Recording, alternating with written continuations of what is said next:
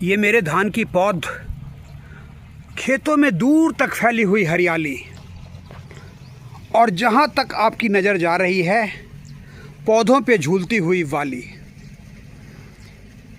ये एक किसान के पिछले 3 महीने अपने खेतों में की गई मेहनत का परिणाम है। एक धान की फसल कितने चरणों से होकर गुजरती है, उसमें क्या क्या प्रयास करने पड़ते हैं, एक किसान किस प्रकार की एक्टिविटी करता है, इन सभी विषयों पर विशेष रूप से प्रकाश डालने से पहले मैं चाहूँगा कि अगर आप लोगों को मेरा ये प्रयास जो है वो पसंद आए तो मेरे इस चैनल को लाइक करें, सब्सक्राइब करें और ज़्यादा से ज़्यादा लोगों को शेयर करें, ताकि मेरी आवाज़ जो है वो जल्द से जल्द ज़्यादा लोगों के बीच में पहुंच सके। किसान भाइयों, एक किसान धान के फसल की जो शुरुआत करता है, उसका जो सबसे प्रारंभिक स्टेज होता है वो खेतों में जीरी का छिड़काव करता है, जीरी डालता है, जिसे हमारे यहाँ बिहार में और उसके आसपास के क्षेत्रों में मोरी कहते हैं। जीरी जब 20 से 21 दिन की हो जाती है तो मुख्य खेतों को तैयार करके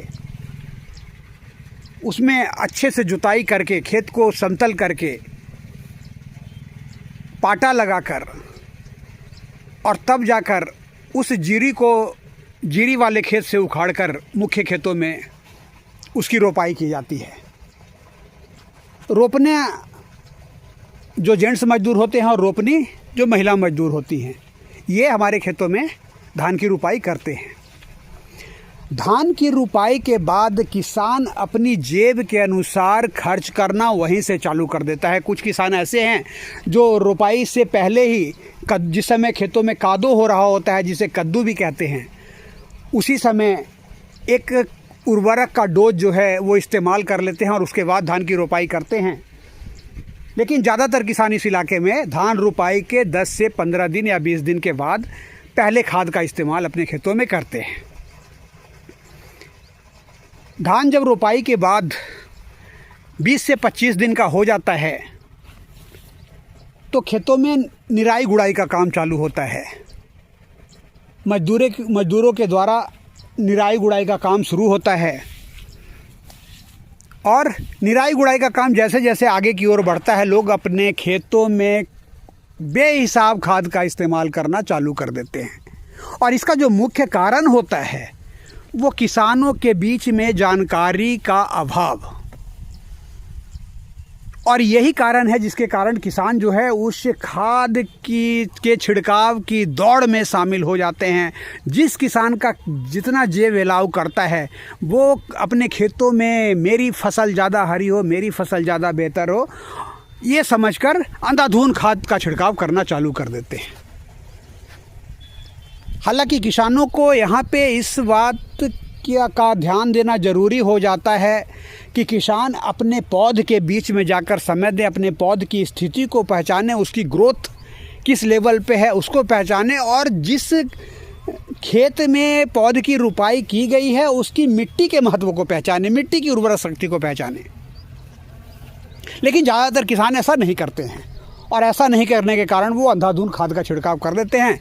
और हमारे यहाँ तो अंधाधुंध खाद का मतलब या खाद का मतलब यूरिया, आँख मूंद कर बेहिसाब मात्रा में लोग खेतों में यूरिया का छिड़काव करते हैं।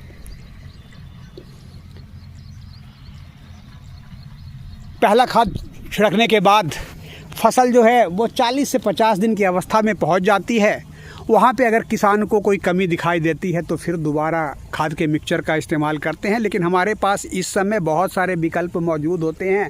अगर हम यहाँ पे यूरिया का इस्तेमाल नहीं भी करें, और निश्चित रूप से नहीं करना चाहिए, क्योंकि 50 दिन के बाद धान के पौधों को नाइट्रोजन की ज़रूरत नहीं होती है, और नाइट्रोजन की ज़रूरत नहीं होती है तो हम उस यूरिया को क्यों इस्तेमाल करें जो हमारी भूमि को बहुत ज़्यादा मात्रा में नुकसान पहुँचा रहा है। यहाँ पर हम NPK 19-19-19 का एक फोलियर स्प्रे ले सकते हैं और उससे हमें यूरिया के मुकाबले काफ़ी ज़्यादा बेहतर रिजल्ट प्राप्त होंगे। फसल जब अपने आगे की अवस्था में बढ़ती है तो उसका जो मुख्य स्टेज आता है वो गर्भाधारण करने की अवस्था में पहुंचती है। यहाँ पे हमें कुछ अलग प्रकार के उर्वरकों की ज़रूरत होती है, जिसमें पोटास, फास्फोरस, सल्फ़र, बोरोन, और इन चीज़ों को अपने पौधों को देने के लिए हम एक और फॉलियर स्प्रे में अगर हम 05234 प्लस बोरोन का स्प्रे यहाँ पे कर देते हैं तो कम खर्च में हमारे पौधों को उस अवस्था के आवश्यक फर्टिलाइज़र उपलब्ध हो जाते हैं। और इन सारी प्रक्रियाओं के बाद हमारी पौध जो है वो इस स्थिति में पहुँचती है जो आप आज देख पा रहे हैं।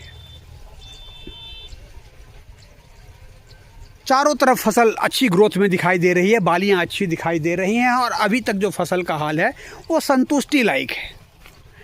मैंने पिछली वीडियो में ही बताया था, कई वीडियो में बताया था कि मैंने अपनी इस फसल में खाद नाम मात्र की मात्रा में यूज किया है। मैंने एक ही खाद का इस्तेमाल किया और वो अंतिम खाद का इस्तेमाल किया है, जिसमें मैंने 1 किलो अमोनियम सल्फेट और 1100 ग्राम यूरिया प्रति कट्ठे के हिसाब से छिड़काव किया है। और मुझे कहीं से भी ग्रोथ में कोई कमी नज़र नहीं आ रही है, तो फिर क्यों हम अनावश्यक छिड़काव, अंधाधुंध छिड़काव के चक्कर में मतलब पड़ें, अपनी जेब को क्यों बर्बाद करें। अब आने वाला 1 से सवा महीने, 1 महीना मान के चलिए कि इस फसल के लिए और बचता है। तो यहाँ पे एक किसान को जो ध्यान देने की ज़रूरत है वो ये है कि अपने फसल में ये 5 से 7 दिन, 1 हफ्ता पानी के लेवल को बना कर रखें। उसके बाद इस फसल को पानी की ज़रूरत नहीं है।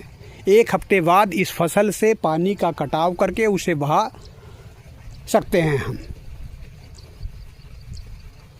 साथ साथ अपने फसल के बीच में टाइम दें, देखें कि कहीं किसी बीमारी का तो अटैक इस पे नहीं हो रहा है, किसी वायरस जनित रोग का तो अटैक नहीं है।